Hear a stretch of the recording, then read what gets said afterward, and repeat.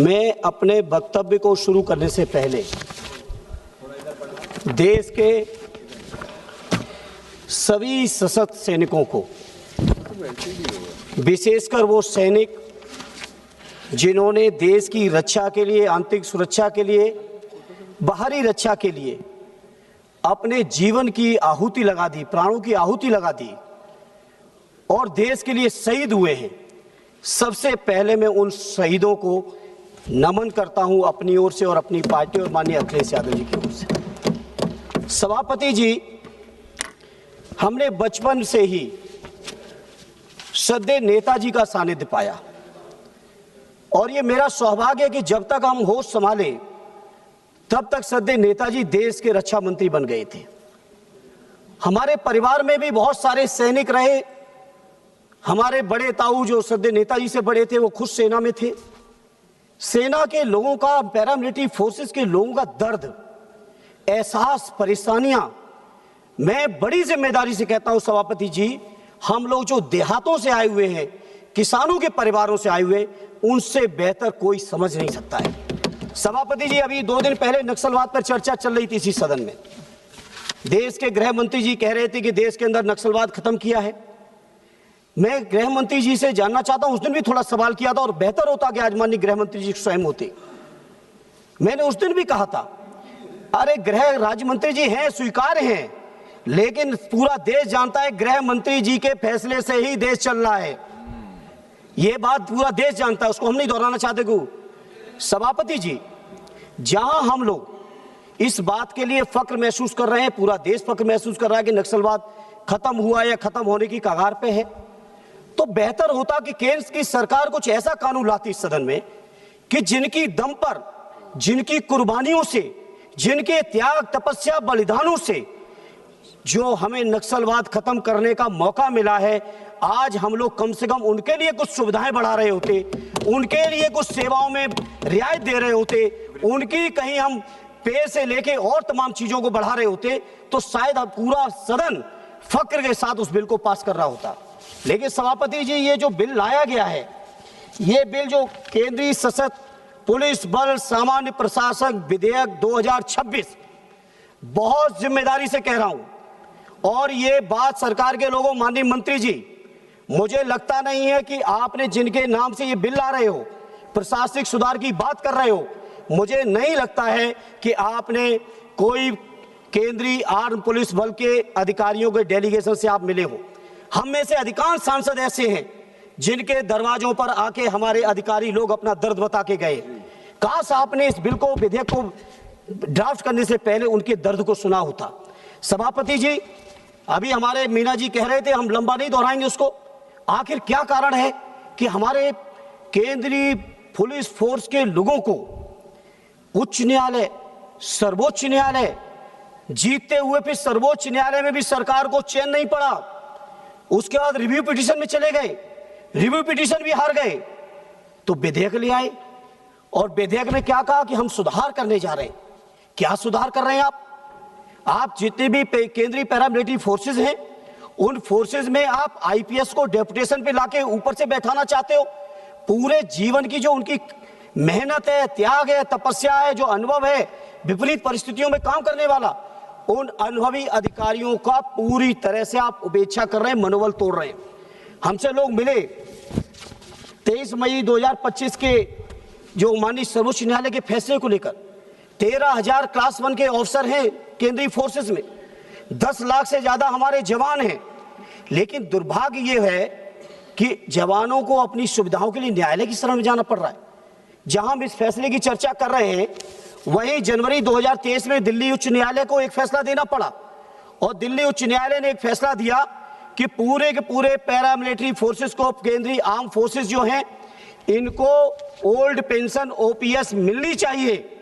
सरकार बजाय इसके कि ओपीएस दे, सरकार सर्वोच्च न्यायालय में अपील में चली गई। अब सर्वोच्च न्यायालय से भी अगर ये जीतेंगे तो रिव्यू में जाइएगा, रिव्यू से भी जीत जाएंगे तो फिर से एक बिल ले आइएगा। हमने मान लिया कि आपका बहुमत है, लेकिन ये बहुमत देश की सेना का, देश के हमारे जो पैरामिलिट्री फोर्सेस हैं, केंद्रीय आर्म रिजर्व फोर्सेस हैं, उनका मनोबल गिराने के लिए बहुमत आपका काम कर रहा है। सभापति जी, सदैव नेताजी ने रक्षा मंत्री रहते हुए हमारे रक्षा मंत्रालय के जो हमारे सैनिक हैं उनके लिए तमाम सुविधाएं बढ़ाने की कोशिश की। तो अब क्या कर दिया आपने?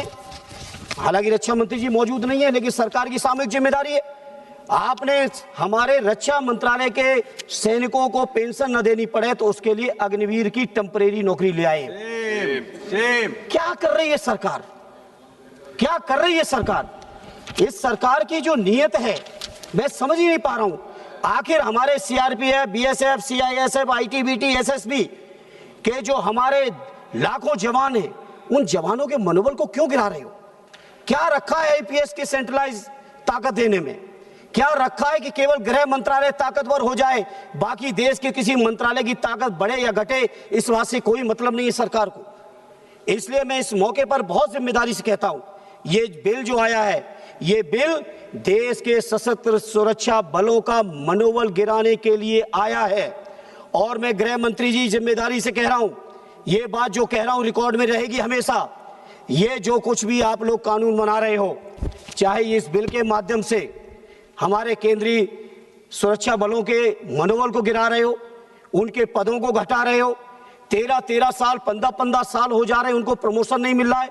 जितनी अवधि में आईपीएस लोगों को 3 से 4 प्रमोशन मिल रहे हैं, उतनी अवधि में हमारे पैरामिलिट्री फोर्सेस के अधिकारियों को 25-25 साल तक एक पदों पर पड़े हैं, कोई प्रमोशन नहीं मिल रहा है। और उसको कानूनी अमली जामा पहनाने के लिए जब हमारे सैनिक साथी, जब हमारे पुलिस के बल के लोग, केंद्रीय पुलिस बल के लोग न्यायालय से जीत जाते तो आप कानून ले आते हो।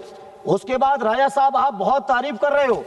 मैं समझता हूं पूरा देश का अर्धसैनिक बल इस बात को देख रहा है, पूरे देश की हर सीमा पे देख रहे हैं लोग, जो हमारे देश की 13,000 किलोमीटर की जो सीमा है उसको देख रहे हैं।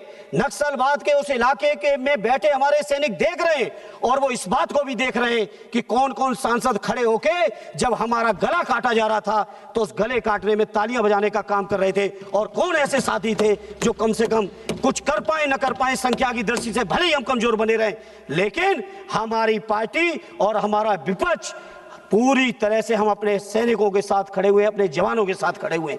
इन्हें सभापति जी, मैं इस मौके पर आपसे कहूंगा, उस दिन गृह मंत्री जी की मौजूदगी में भी कहा था, आज फिर इस बात को मैं दोहराना चाहता हूं, जो भी हमारे सैनिक सीमा पर शहीद हो, नक्सल से लेके अगर किसी भी ऑपरेशन में शहीद होते हैं तो उन सैनिकों को शहीद का दर्जा मिलना चाहिए।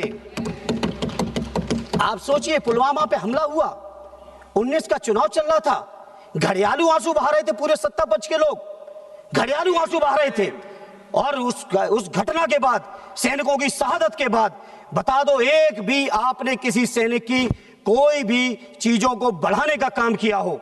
अगर टाइम कम हो जाएगा तो हमारे पीछे वाले साथी हमारे लिए टाइम छोड़ देंगे, कोई चिंता नहीं है, क्योंकि सभापति जी सत्ता पक्ष वालों से पूछ रहे हैं कितना देर बोलना है। एक बार कृपा करके विपक्ष वालों से भी पूछ लिया करिए, जिससे आपके प्रति भी सम्मान बढ़े विपक्ष के लोगों के बीच में। धर्मेंद्र जी बहुत वरिष्ठ हैं जी।